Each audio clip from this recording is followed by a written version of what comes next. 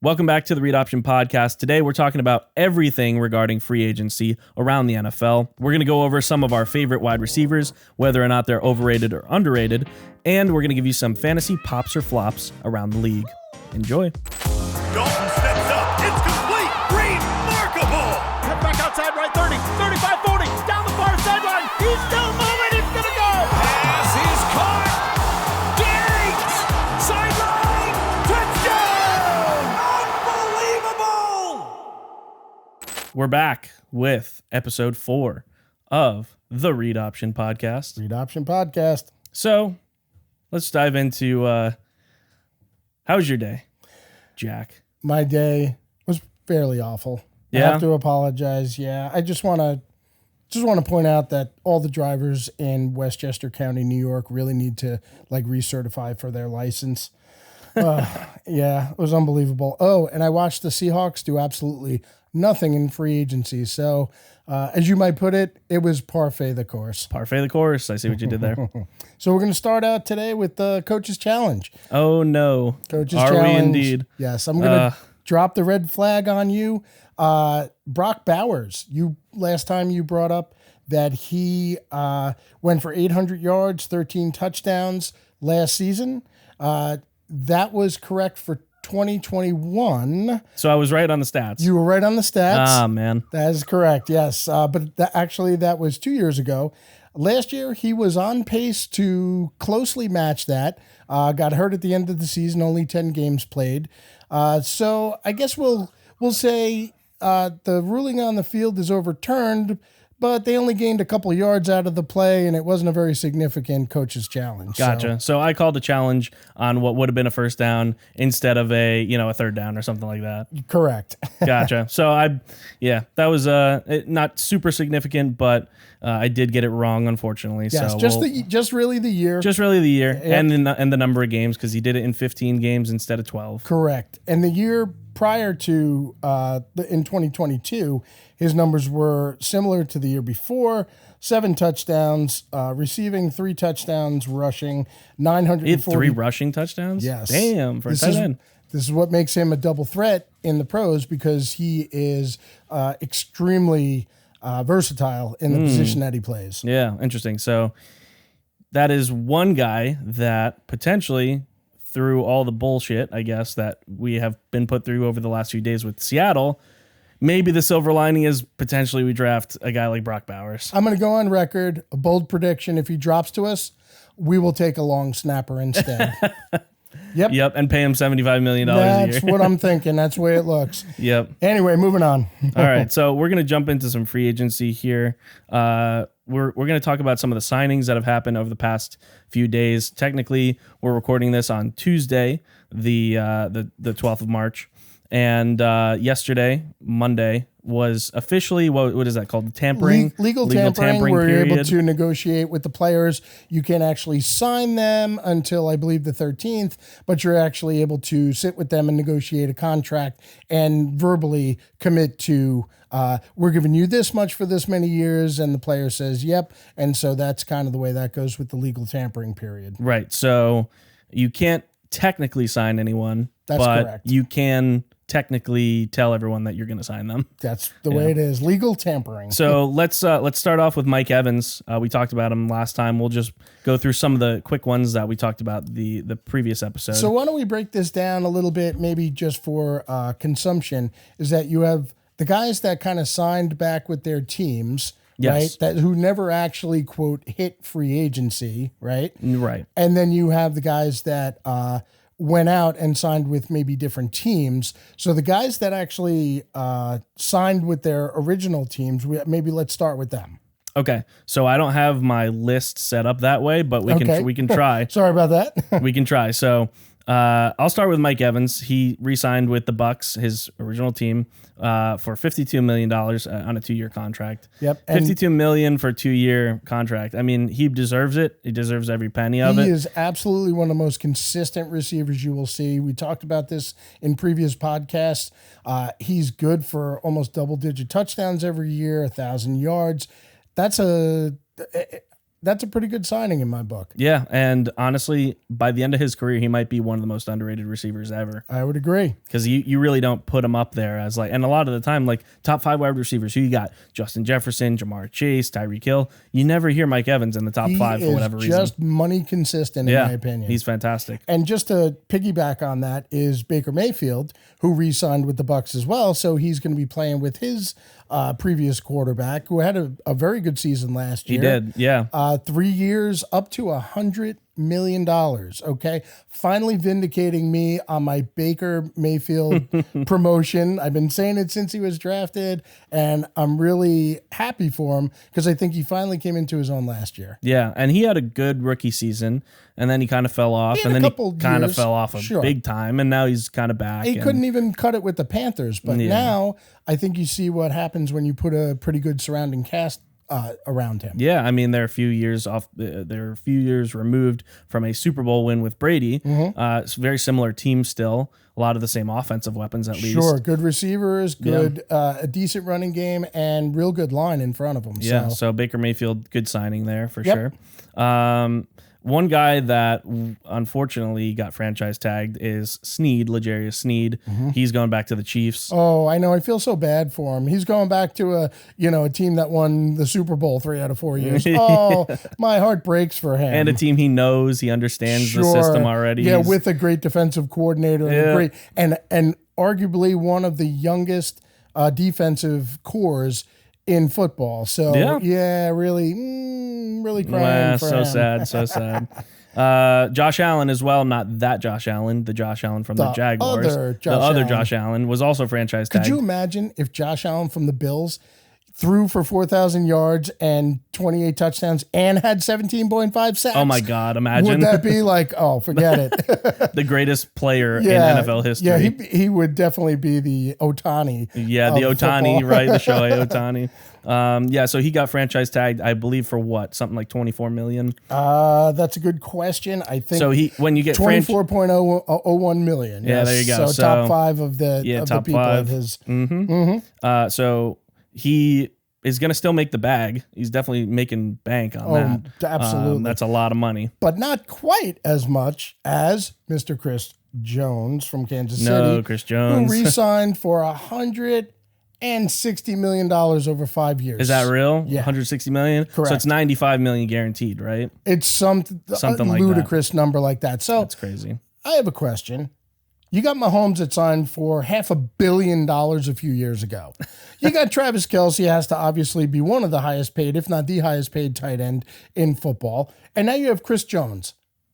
How? Do they know something that nobody else knows in the NFL? I guess so. How? How is that possible? So what I'm thinking is they're signing guys for extended contracts, not technically paying them as much per year as some other guys are getting paid, because technically Pat Mahomes is not the top paid quarterback in the league. He has the biggest contract. He's the biggest contract, but not the most money per year. Fair enough. So they're basically They're utilizing spreading stuff out, and they're basically saying, okay, we're going to win 6 Super Bowls and make all our money back over the course of the contract that we're signing these guys. Who could argue with them? Yeah, whatever they're doing is working. They're doing a good job of that. Yep. And also you have to remember a lot of their offensive weapons are kind of shitty, and also some of them are young, so they don't have to really pay them. They're not paying them a lot. Correct. So it seems like they're really paying 3 guys the top dollar. That's Pat Mahomes, Travis Kelce, and Chris Jones. Yep. And then the rest of the pieces are kind of falling into place, maybe based off of luck or just really good drafting or good great free agency. Scheme, great coaching. Absolutely. Exactly.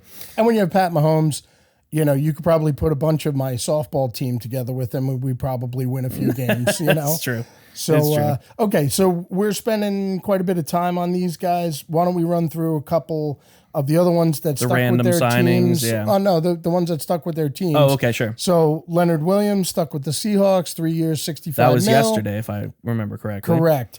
Who else stuck with their team? Michael Pittman signed a 3-year, $70 million contract. Is that right? Pittman, $70 million? That is correct. Am I wrong about the $70 million? No, you are correct, Is that, sir. That's, I feel like it was $35 million, but no, I think you were correct with that money. I think maybe I made a typo, but if you're telling me I'm right, I'm right.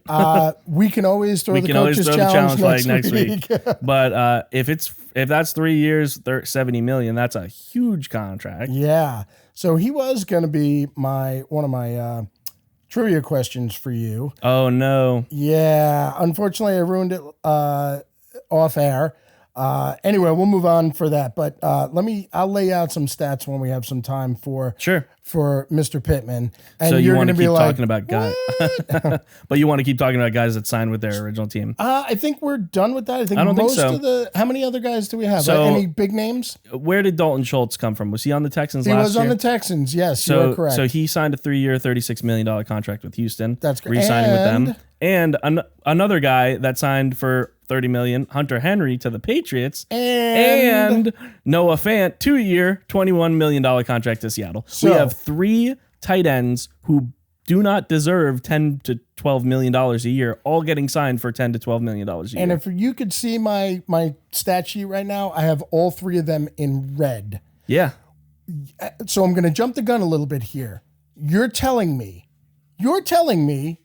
Seahawks, that you're going to pay Noah Fant more than the Ravens are going to pay Derrick Henry, who has the ability to go for 1,400 yards and 15 touchdowns. Yeah. At 30 years old. Noah Fant, who didn't catch 40 passes last year. That's what you're telling me? Yep. What is wrong with the NFL? Yeah. So forget about the 160 million for Chris Jones and the 110 million for Christian Wilkins and the 180 million for Mr. Cousins. I'm just talking about low-level tight ends.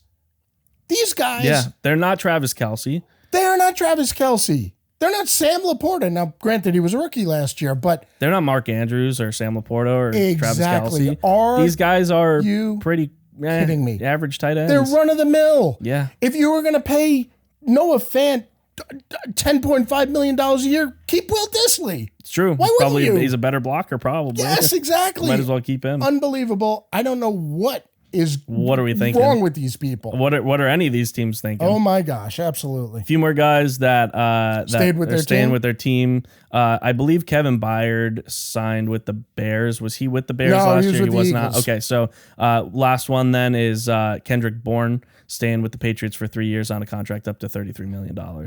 So And $33 million, and I say, who? Kendrick Bourne, Wait, who's Kendrick Bourne? he's a Niners legend. Oh my gosh. This is so out of control. In my But- opinion, but- this is so out of control. But think about some of the organizations I think that are doing stuff like this. So for example, we'll talk about Brian Burns, who got traded to the Giants for how much money? I don't have it, but I think So it's it's $150 million max extension. With $185 million million. So and it's 85 million guaranteed. So some of I'd like these- to point out, just to our viewers and to you, the numbers that we're throwing out here may not be 100% correct because there are incentives that are built in. So some of the contracts that we're mentioning might be the max contract. Well, that they 150 can million. get. 150 mil is Sure. max extension. But any of the other numbers we're throwing out here, for example, Hunter Henry signed 3 years for a max of 30 million, Yes. but 27 million is the number. Yeah. So with incentives, he can make that extra 3 million or whatever. But Brian Burns is making 85 million guaranteed money, and these are what his stats have looked like over the past few years. 2019, 7.5 sacks. 2020, 9 sacks. 2021, 9 sacks. 2022, 12.5 sacks. Pretty good year. 2023, 8 sacks. Not worth $85 million guaranteed, in my opinion. Gosh. The next best up, in my opinion, that possibly could be worth something like that is Josh Allen, and he got franchise tagged, so he can't. He's making 20 mil. He's making 24 million. Yeah. 24 mil. Yeah. Sure. So Some of these teams, these organizations are just making such stupid signings, Absolutely. such stupid decisions. I'm not really, I don't know how to make heads or tails out of some of these contracts. I really don't. Just kind of confusing for some of these guys. Yeah, and I think part of it is the cap goes up. Sorry, the cap goes up. Sure. And so they're like, yeah, we'll just throw money around. if you're going to throw money around like that, give it to your quarterback or your franchise quarterback or, something like or that. how about the offensive line in front of him, you know, to keep him upright? Yeah. As Tom Brady proved year in, year out, when you protect your quarterback, good things happen. Yeah, he does things. He doesn't get injured, all that good stuff. So you had mentioned Kirk Cousins signing for $180 million $180 to Atlanta. million to Atlanta. 4 years. You want to know how much money, if Kirk Cousins finishes, if he maxes out his contract, you want to Right. know how much money he will have made over the course of his whole career? Please tell. $400 million. He will have $400 million in career earnings if he signs with this team and continues to fulfill his contract for all 4 years. That is a Hall of Fame agent right there. Good heavens. That is stupid money. That is stupid. That's Pat Mahomes money. Stupid money, yes. Who, by the way, already has Super Bowls under his belt to show for it. Yeah, so, not one playoff win or something like that. Yeah. So Kirk Cousins' agent has proven to be quite a He's useful, the Hall of Famer, He's like the you Hall said. of Famer. He's quite useful.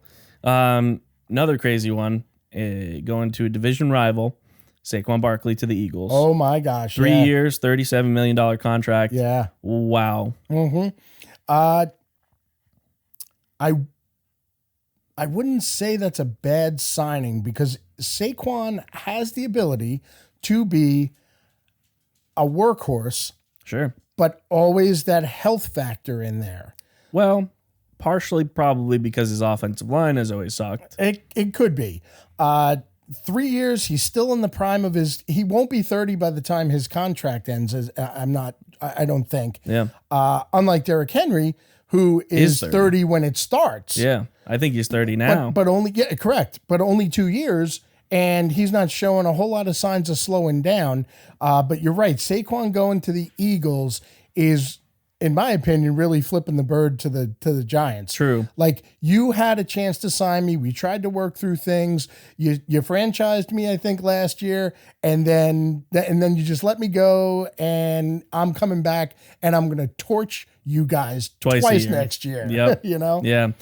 I don't know if you saw, but Tiki Barber had some words to say about He Saquon. said you're dead to me or You're something dead to like me, that. dude. I mean, Tiki, come on, Tiki. Yeah, can we level it back a little bit on that? Says the guy come that dipped on the team the year before they won the Super Bowl. Yeah, come on, that's silly. In the to say comment that. section, so NFL posted that tweet and said, like, what's Tiki Barber talking about? And Pat Mahomes in the comment section said, what? Yeah. It was like, dude, shut up. What are you talking about? You know what? If you want to make a statement, like about loyalty or whatever, that's one thing. But you're dead to me? That's a little much. That's over the top. That's kind of crazy. Yeah. So we'll talk about Derrick Henry as well. 2 years, only $16 million contract. I believe it's up to $20 million with Up to incentives. 20. As I pointed out, Noah Fant is making more than him next year. Yeah, which know? is a little concerning. Yeah. Not for nothing, but Derrick Henry, granted, he's hit what most people consider to be the benchmark for running backs. Like after 30, do you start to decline? Yeah, you know what? If they get ran for 1,100 yards and 12 touchdowns last season. If they get 1,000 yards and 8 touchdowns out of him on the Ravens offense with Lamar Jackson and Mark Andrews and that defense. Now, granted, their defense is losing some key a pieces. few pieces, including their defensive coordinator who is with went us to now. Seattle. With Seattle. So maybe their defense isn't quite as tight. That remains to be seen. But still, wow. Derrick Henry, Lamar Jackson, same offense. Ooh, boy. Yeah. I'm going to wait to see that They're going to run for one. 5,000 yards. Yeah, I'm going to wait to see that. That's going to be fun. But what's really interesting is, he's 30, right? But he's probably one of the most consistent and has the most longevity out of almost any running back in the last decade. Agreed. He's 30 years old. He misses a game here and there, but for the most part, he plays through full seasons. He's verging on 10,000 rushing yards all time. Absolutely. And he put up 1,100 yards and 12 touchdowns last season. How do you only pay a guy like that $16 million? million? With a rookie quarterback for half the season, right? I know, like it's crazy. So exactly. I don't know. I feel like that's kind of criminally underrated. Maybe Derrick Henry decided he would take less money to go to a contender championship team. That could be a potential thing. I think you might be right. And I couldn't blame him. Been playing on Tennessee now. Earlier in his career with Mike Vrabel as the head coach, they had won their division multiple times. They had gone to the AFC Championship. So yeah, you're right. involved in potentially doing great things with his team. They just never got over that hump. True. The Ravens, Derrick Henry might be the missing piece. The missing piece, yeah. You know might be how right. they say, oh, Cousins might be the missing piece for the Falcons. Let's not get ahead of ourselves. They're not that good. But the Ravens might be 1,000-yard rusher other than Lamar Jackson away from going to the Super Bowl. You might be right. Yeah, You know? 100%. Especially if they stick to their guns in the AFC Championship and play their game. Now we can run 45 times. Yeah, We'll and not run pass Henry 45 25 and run Lamar 15 or 20 Yeah. and throw the ball 6 times. Yeah, it's 100%. 100%. We'll run a read. We'll run a read option We'll run a read option. multiple times. I like what you did there. Yeah, exactly. Somebody that you brought up before was Christian Wilkins. Who did you bring him up? Or? I did. Okay, so $110 million contract for 4 years with the Raiders. Yep. What I find funny about this, and unfortunately you mentioned this to me, I found it less funny after you had brought this up, is that the Dolphins now have lost defensive tackle Christian Wilkins, Robert Hunt, the offensive guard, Xavier Howard, cornerback, linebacker Andrew Van Ginkel, great name, safety Brandon Jones, linebacker Jerome Baker, linebacker Emmanuel Ogba, and cornerback Keon Crossan. That's like your whole defense. How do you lose all those guys? And But they picked up Jordan Brooks from the Seahawks. Yeah, he's so got they'll it be all. fine. He's going to be covering a lot of ground next year. So I found that incredibly funny until you mentioned, well, that's kind of how Seattle is right now. We just Yeah. lost everybody. You know, maybe we didn't cut a bunch. Well, we did cut 2 of our star players, but they weren't really stars towards the end of their tenure with the Seahawks. So if you cut a guy, but you have a backup that you think can fill in reasonably for half or less than half of his salary, that's great. We just let everybody go and we have nobody to fill in. Yeah, nobody. Three starting linebackers are gone. Yep. 2 starting safeties are gone. Are you including Wagner in that? Yeah. Yeah, because Wagner's probably gone. So yeah, they're thinking that he's not going to re-sign with us. Yeah, that's true. So 2 safeties gone. All 3 tight ends gone, and we signed a guy back for more than what somebody's paying Derrick Henry. I will continue to harp on that because I think that is an abomination of a salary, and we do it all the time. I give you Luke Jokel. This is the 2nd time, 3rd time, maybe the 4th podcast I've mentioned his name. What are we doing? Well, also, we just got rid of Disley's contract, and then we just do the same thing with Noah Fant. Yes. It's like, dude, why did we bother getting rid of all that cap space? For a guy that's going to go, tops 50 catches, 600 yards, maybe 4 touchdowns. That's what he's going to do. Yeah. He's not a top flight guy. He's not going to get you 75 or 80 catches. If he does, I will gladly go on record as saying I was wrong. I just don't see it. Yeah, I don't see it either. Another crazy signing. We've had multiple crazy out the wazoo signings. No doubt. Robert Hunt, who we just mentioned, that came from the Dolphins side, Another buck. signed to the Panthers for 5 years, $100 million. He's making a cool buck right there. Yeah, what Come on the now. hell are the what are these teams doing? Yeah, the Panthers no less. Oh I my know. goodness. The Panthers, who could probably go out and get 5 other guys for that amount of money and actually build their team up and make them usable. Let's sign one guy for $100 million that may or may not make a difference. I don't think he's the missing piece. I'm just so. saying. So real quick, we'll run through some of the other guys that signed. Josh Jacobs with the Packers, Aaron Jones to the Vikings, DeAndre Swift to the Bears. I mean, they're just playing musical in the NFC North. They're just playing round chairs. robin. Yeah. Yep. Joe Mixon got let go by the Bengals, but I think the Texans picked him up. No, so I think don't quote me on this. What happened was they were going to let him go, and then they decided to trade him To the Texans. I think so. Oh my gosh. Okay. Yeah. Tony Pollard to the Titans. And then we have a bunch of other guys. We have some wide receivers that haven't signed yet. Cal Ridley, Michael Thomas.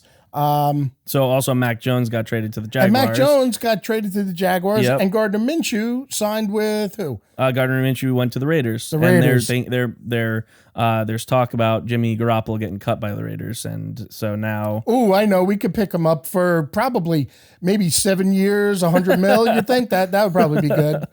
For him to throw for 2,000 yards and 12 touchdowns. Yeah, and then pull his Achilles in game 5. Exactly. Yep. So that's our, so one Yep. guy that we had talked about that we were really hoping would follow McDonald over to the Seahawks, Geno Stone, signs with the Bengals on They a stole song. him. They stole him. 2 years for 15 mil. That's nothing. Oh my gosh, for a young guy in his prime I know. who made the Pro Bowl last year and was number 2 in interceptions. And so granted, he was a backup before an injury gave him the starting position, but he ended up having a great season. Yeah, I think he had 7 interceptions. 7 interceptions. He was number 2 in the league. So let's see. There's a few more guys. Austin Eckler is going to the Commanders for 2 years. Yep. He's washed. He's slow. He's not going to make a difference, I don't think. He's probably towards the end of his career. Zach Ertz signing a 1-year deal worth up to $5 million with the Commanders as well. 27 catches for 187 yards last year. I couldn't care less about this signing. Okay, so you and I have had our differences about Zach Ertz. No, I think Zach Ertz was great for a while, but No, he wasn't great for a while. He was good, good for for a a while. But his good years for a while are good. 3 or 4 years They're in the past. But he's gone now. He's done. But for $5 million, I would have up to $5 million. So up to even $5 better. million. I would have loved for the Seahawks to pick up Zach Ertz for $5 million instead of Noah Fant for $10.5 million. It's right? true. It's true. So I would have taken the flyer on him just for a season. Yep. And last few guys we're going to talk about real quick. Jordan Poyer was released by the Bills, I believe. And somebody picked him up.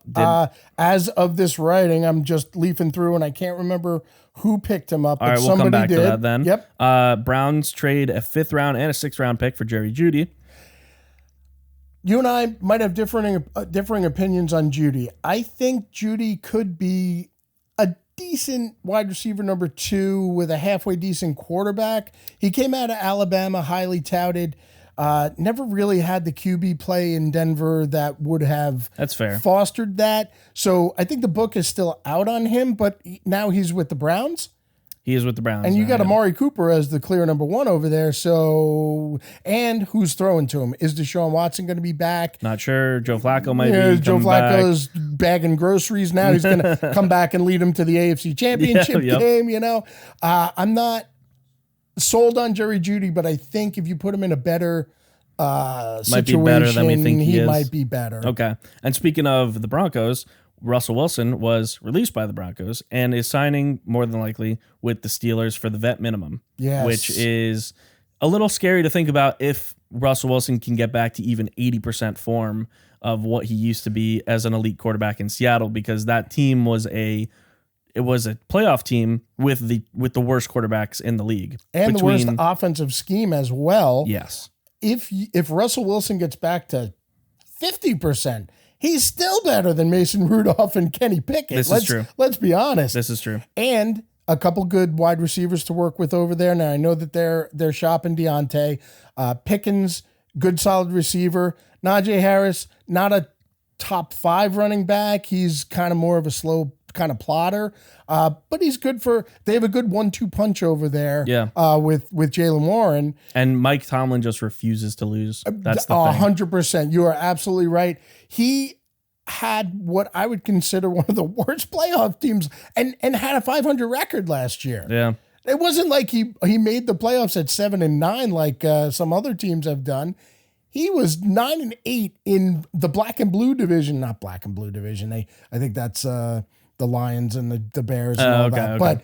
But a division with Cincinnati, the Ravens, and the Browns. And Cincinnati, the only reason they didn't make it last year was because Burrow got hurt. That's true. So you have 4 legitimate playoff contenders in that division. Yeah, you're not wrong. That's a tough division. I'm sorry. Yeah, 100%. And now the Ravens get even sicker with Derrick Henry. Yeah. Ouch. A little bit worse on defense, maybe, potentially. True. But better on offense, definitely. I would think so, yeah. So those are some of the notable free agent signings and I guess cuts that have happened around the league over the past few days and even weeks.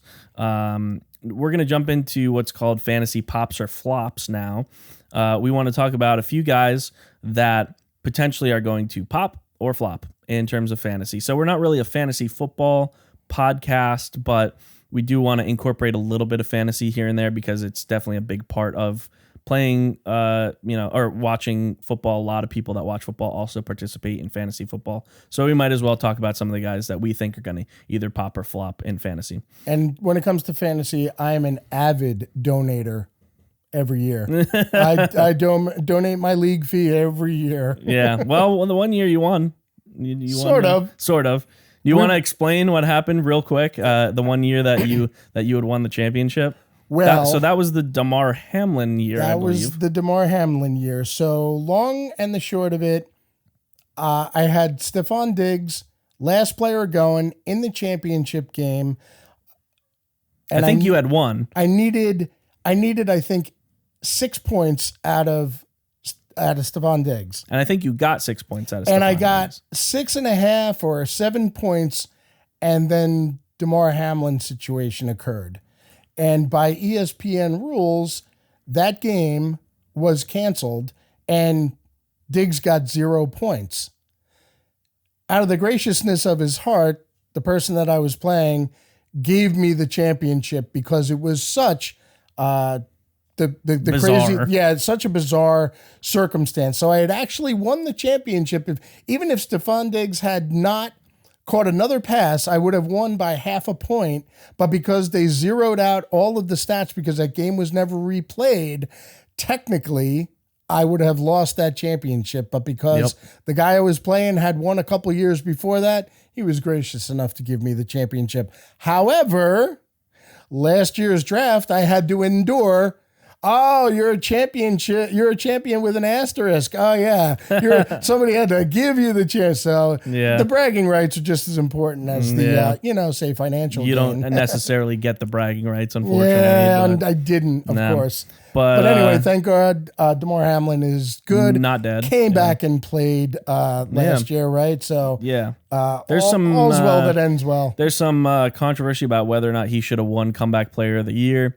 I don't really know because Comeback Player of the Year. He literally came back from the dead. He was dead. Yeah, he came back from the dead. Only dead. Lazarus has done that, right? Yeah, so he died and came back to life, basically. Mm-hmm. Now, he didn't necessarily have a great year.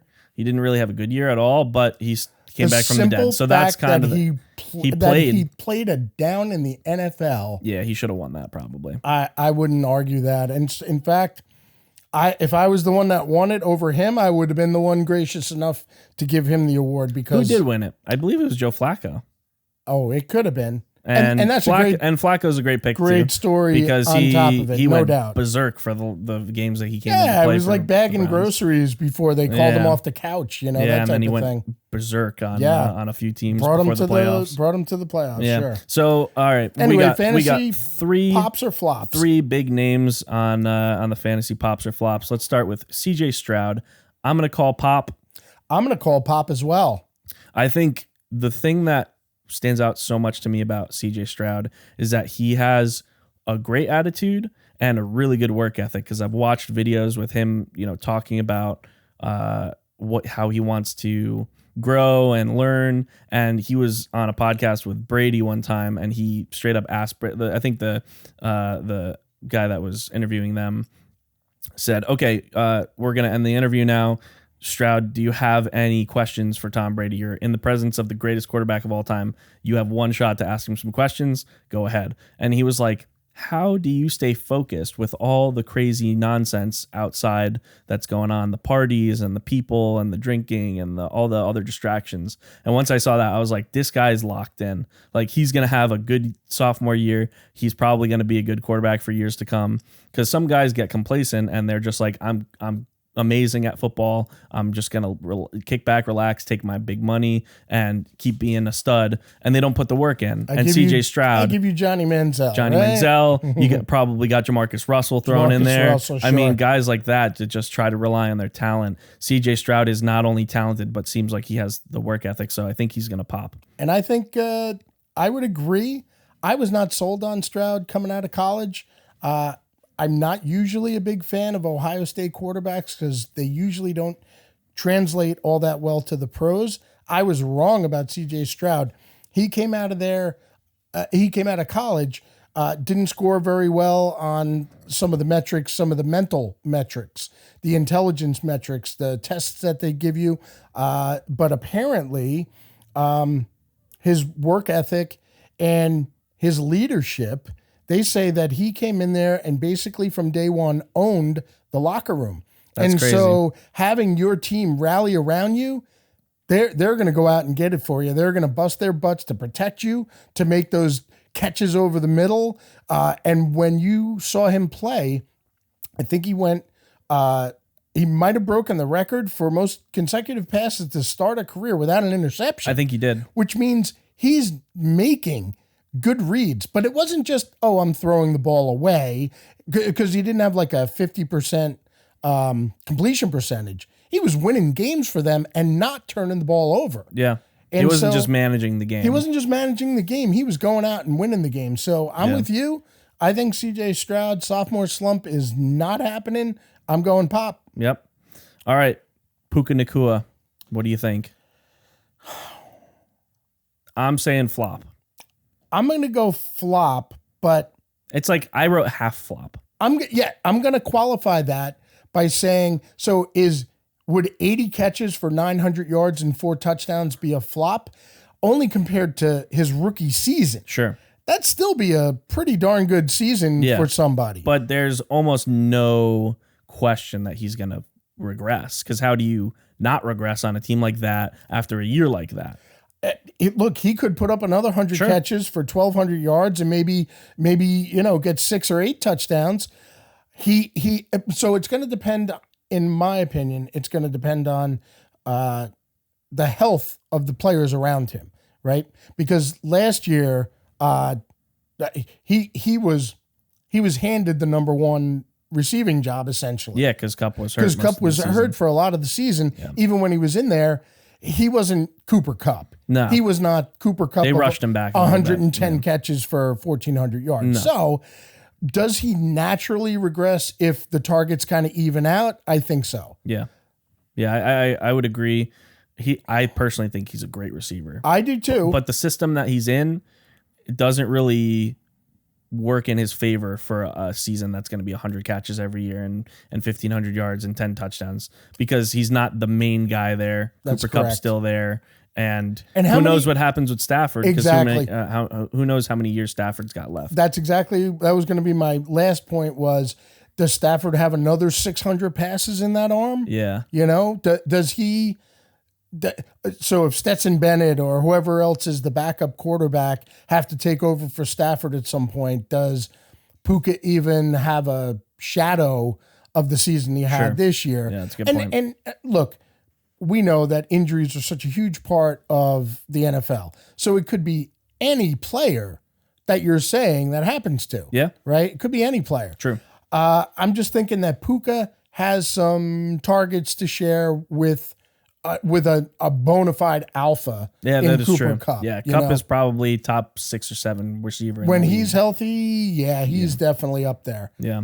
So last one. Yep. We'll talk about the guy that we just said signed a buku contract for $180 million. That'd be Kirk Cousins. And I wrote my prediction for his fantasy pop or flop before he had signed, but I think I still stick with it. I'm going to say it depends really on his recovery, but I have a bold prediction. I'm going to say pop. I think he makes a good recovery. The reason being is because he's not a mobile quarterback to begin with. If he can get back to the point where he can throw the ball with the explosiveness that he needs to, he's fine, because he's a pocket passer regardless. Mm-hmm. So all he's got to do is get back to, I guess, even 85, 90%, and he'll be all right. I'm going to go with flop on Kirk Cousins. I'm going to point to two things. I'm going to point to his age and the difficulty recovering from, say, the Achilles injury that he had. That might be a little bit different if he's 25 as opposed to 33 or whatever he is now. And also, they were one of the most run-oriented teams 2 years ago. Who's that? The Falcons. Okay. because they had Tyler Algier. Yeah. And now they have Bijan. Bijan. I'm curious. So he's got a couple good weapons there. So certainly Bijan is a great receiving weapon. Sure. Also Drake London. Yeah. Also Kyle Pitts. Yeah. So he does have guys to work with. I'm just wondering if they're going to try and focus more on ball control and letting their defense, which is on the way up, no doubt about it. Sure. Their defense is on the way up. I'm wondering, and also, let's face it, Kirk Cousins has played with 3 alpha receivers in his career: Adam Thielen, Stephon Diggs, and Justin Jefferson. This is true. He doesn't have a receiver with that type of talent on his Not team that we've right seen now. yet. Yeah. No one proven yet. No one proven. proven. That's correct. So I'm going to go with Flop on Cousins. Okay. Now Flop doesn't mean he's going to put up Desmond Ritter type numbers. No. It's just going to mean Not going to be the same old Kirk Cousins. The 4,200 yards with 30 touchdowns. I'm going to say we're used to. Flop. Yeah. Okay. That's fair. All right. I got a question for you. Sure. One player on each side of the ball to help your team win a Super Bowl right now, in the league right now, and all time. We got 2 options. I'm going to start. Right now, I'm taking Pat Mahomes. Easy. I feel like that's your choice as well. Absolutely. Now, the defensive player probably is going to maybe vary. I'm going to pick Nick Bosa. And the reason being is because I think, especially in this day and age, the most important thing on defense is to get to the quarterback. The quicker you can get to the quarterback, doesn't matter. You could have the best cornerbacks on the planet. You could have the best, coverage on the planet. If you give the quarterback 5 seconds in the pocket, he's going to get somebody open and he's going to throw to a wide open. Even wide average receiver. quarterbacks are going to do Even that. I would average agree. quarterbacks. So I'm going to say Nick Bosa because the quicker you can get to the quarterback, the better chance that you have of either, well, obviously sacking him, but making him panic, throw the ball out of bounds, all those kinds of things. So I can't possibly disagree with you with Pat Mahomes, obviously. Defensively, and I know he hasn't proven himself, although he does have multiple Super Bowl rings. I got to go with Chris Jones, and I'm going to tell you why. There are a lot of edge rushers in the league. You got TJ Watt, you got Josh Allen, you got Danny Hunter, you got Bosa, his brother, Bosa, guys that can come off the edge and get to the quarterback. Jones is one of those few guys that can get to the quarterback from the interior and stop the run. And I think he does multiple things where he can wreck a game. So, yeah, he's making buku money. Has he showed out in the playoffs in the Super Bowl so far? Not really, but I think he's like an Aaron Donald type player where he's doing things on the inside that you usually only see guys doing from the outside. That's fair. Oh, and plus 300 pounds clogging the middle, like he's like a blood clot in the middle. It's true. So that's who I would take on defense right now. And it's a double threat because the edge rusher, Nick Bosa is not going to stop the run very often because he's not clogging up the middle like that. So he's so fast that he gets involved in so many plays, sure. and he's such a great athlete. But it's not traditional run stop. Correct. So all time, then I think we'll probably agree on all time as well. You can't go with on anyone else. On quarterback, you can't go with anyone else other than Tom Brady. Absolutely. That's a given. We might as well just leave it at that. Moving on.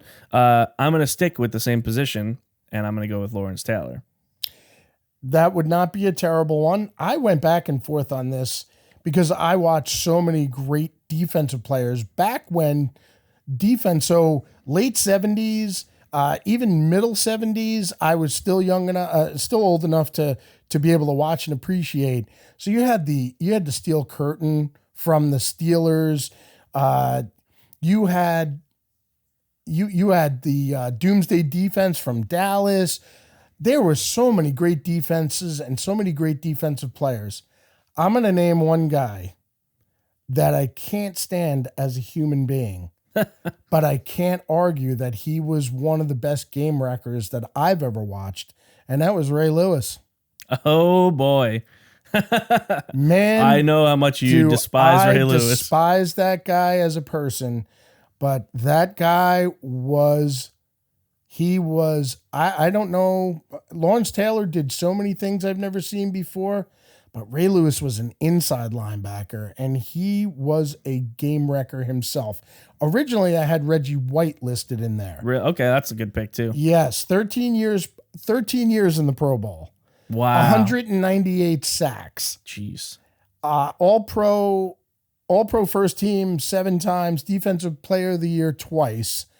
He was truly a game wrecker and could play inside, could play outside. I think I remember that. He was an edge rusher, but they also moved him inside to defensive tackle, and you just never knew where he was going to line up. Yeah. So you couldn't game plan for him. If you tried to double team with this group and he slid over there, your blocking scheme was just completely screwed. Yeah. So he was a true game wrecker.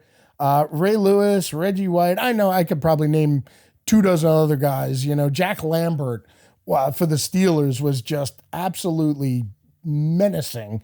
Lawrence Taylor, I couldn't argue with that. Yeah. He was a game There's wrecker. so many good players over the course of NFL history that you almost can't go wrong with a pick. Yep. But yeah, especially in today's NFL, I just feel like edge rushers you got to have edge rushers. Like they're the pinnacle of the defense at this point. Yep. They can win you a game, and not having one could easily lose you a game because you let that quarterback sit back there for 4 or 5 seconds. Look, they just, even average quarterbacks are going to chew you up. I give you Andy Dalton. Yeah, 300 plus passing yards on Seattle last year. Yep.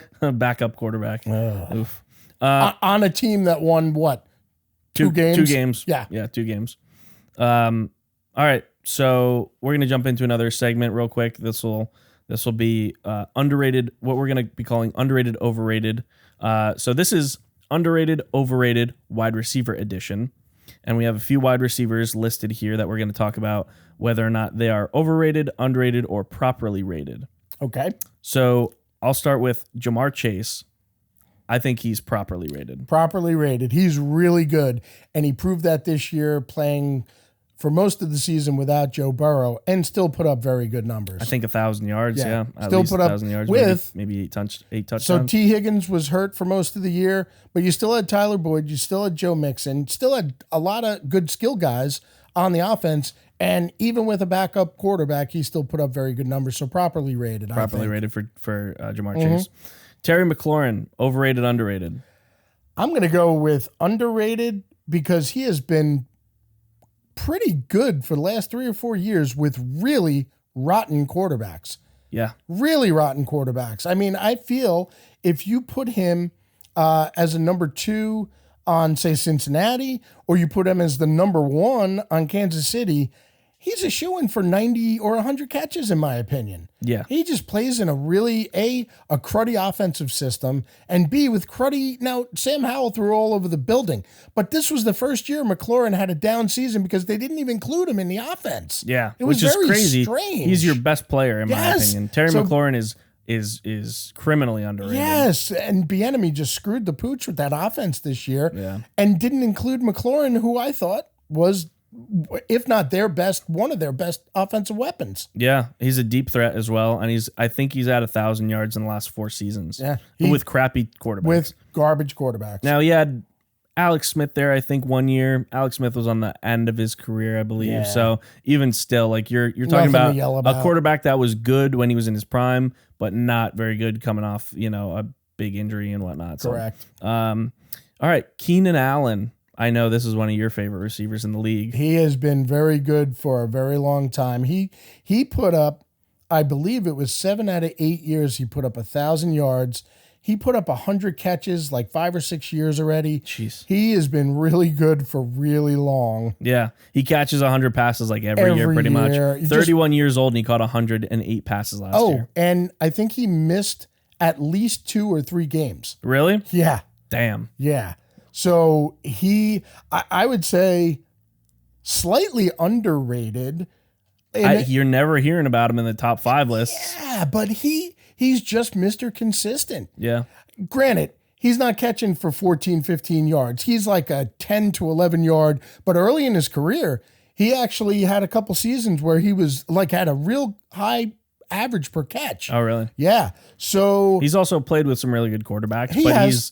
he had that one neck injury where everyone thought he was done and Yeah. like he was never going to come back. And then he's just been consistent ever since. absolutely, he is about like you can pencil him in, like you said, for 100 catches and 1,100 yards. The only knock on him is that he's never been a big touchdown guy. Yeah. If you get 4 or 5 out of him a year, that's like a good season for Sure. him. But give me 95 catches for 1,100 yards every year out of my number one. Yeah. And again, like you said, you very rarely hear like he's almost like Tyler Lockett in a sense where for years he's been so consistent that you just expect him to do that. True. And you don't recognize forget. you maybe forget how good the numbers that he puts up. Yeah. Brandon Ayuk is the next name on the list for underrated, overrated wide receiver edition. I might throw him as underrated as well because I think on the right team, this guy has enough talent to be a number one wide receiver. He's about the 4th or 5th option in San Francisco after McCaffrey and Deebo Samuel and Kittle. I'd put him on Chicago as my number one. I'd put him on the Panthers as my number one. So I'm going to correct you on that because I know we've talked about Brandon Ayuk a lot, about how he's like the 4th option. He's caught 1,000 yards the last 2 seasons, and last season he had 1,300 yards. Yes, but So I only don't know if only like 70 something 80, catches though, 80 right? 80 plus catches. Okay. So I don't know if it's, and that's way better than Debo's numbers from this past year.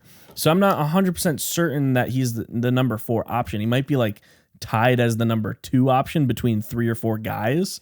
Like you almost have to put like Kittle, him, Debo, and you know, and But that's when like they're you- all tied for I number think 2. when you think about the weapons, you think he's number 4. Sure. He's the 4th guy you think You think of. about Debo Samuel first. You Yes. think about George Kittle McCaffrey. first. You think about McCaffrey first. Sure. That's and fair. that's my point is that you almost underrate him because you're like, oh, yeah, how can I forget about Ayuk? Yeah. But he's almost like an afterthought when you start going down the list of weapons Yeah, that they I have, would in agree. my opinion. That's fair. That's why I said slightly underrated because he's not the 1st or 2nd guy in your thought process. He's really the 3rd or 4th. Yeah, I would also put him as underrated.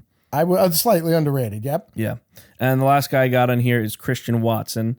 I'm going overrated on this guy. So I'm going overrated as well, and I'm going to tell you why. Number 1, he needs health. Number 2, he needs Aaron Rodgers. Yeah, clearly. So he's overhyped because he had one game where he had 3 touchdowns, right? And he ended up having 7 or something over the last 4 or 5 games of the season. Yep. So he blew up for like a 4, 5, 6 games, maybe half the season. Yeah. Blew up with Aaron Rodgers in his last season. But he's only been decent ever since. Correct. At best decent. Yep. He's either banged up all the time or he's just not really one of Jordan Love's favorite targets. No. And to your point, health. He only played 9 games in 2023. Exactly. So I would say he's overrated. I think people kind of remember, oh, we had 3 touchdowns in a game and he had, 7 touchdowns in 4 games or 5 Yeah. games. And it's just like he hasn't done anything really impressive since. I think I would agree. Overrated on Christian Watson. Yep.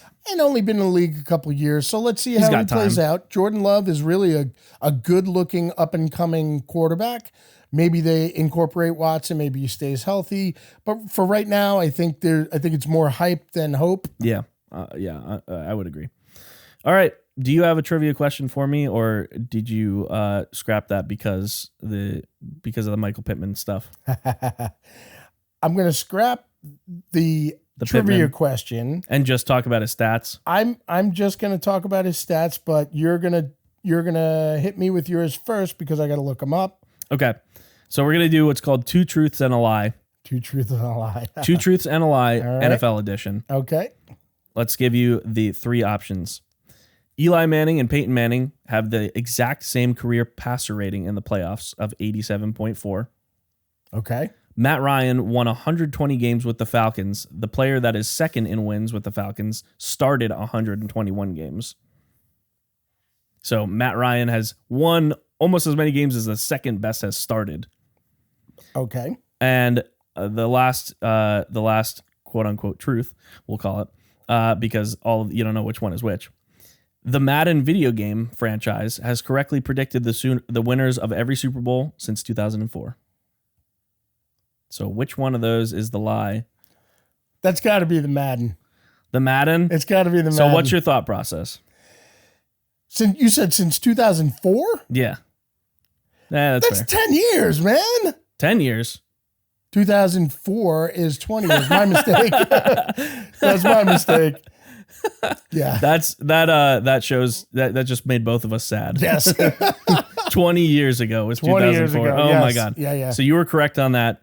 Okay. Madden has not predicted. If you had said they predicted 2014, maybe. I would have had to at least think about it a little bit more. So the crazy thing is, I think only up until a few years ago that was true. Wow. Yeah, which is pretty That's nuts. pretty crazy. But what's even crazier is that Eli Manning and Peyton Manning have the exact same passer rating in the playoffs, That is 87.4. hilarious. Oh my gosh. That's pretty crazy. Yeah.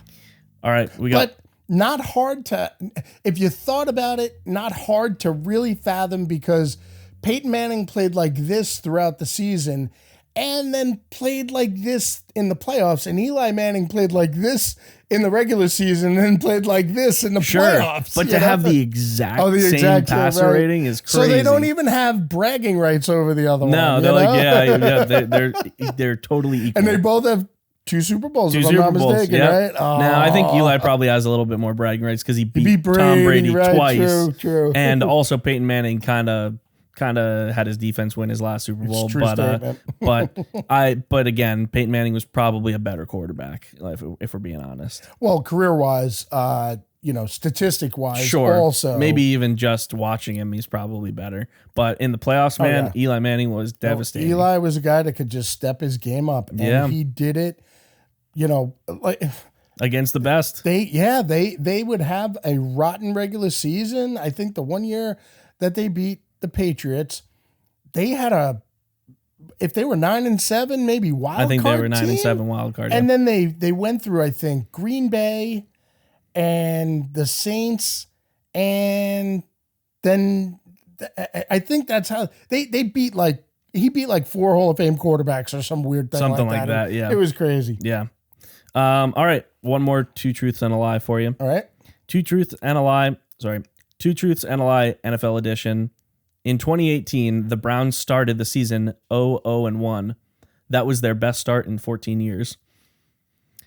Andy Reid is the first NFL head coach to lead 2 different teams to the Super Bowl.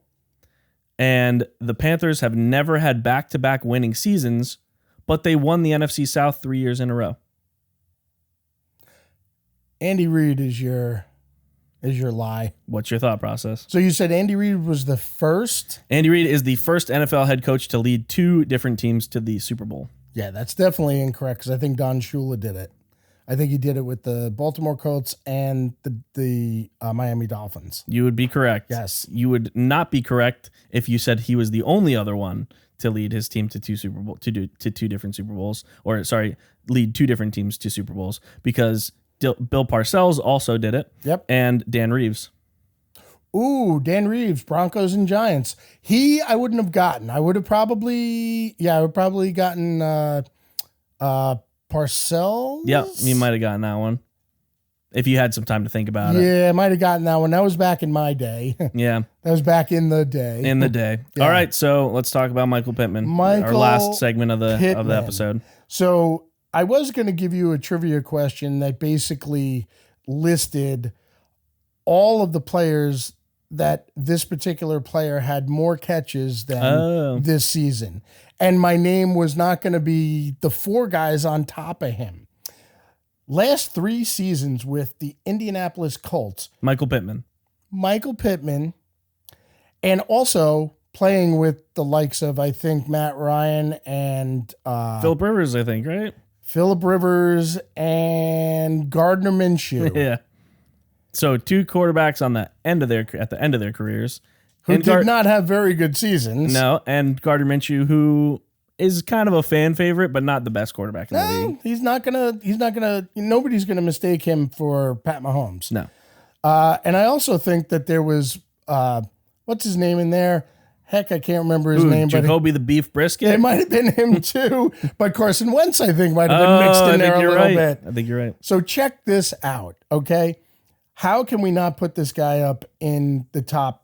So in his sophomore year, so his rookie year, He caught 40 passes for 503 yards and only 1 touchdown. It was his rookie year. He only played 8 games. His sophomore year, 88 catches, 1,100 yards, 6 touchdowns. The year after that, 99 catches, 925 yards, 4 touchdowns.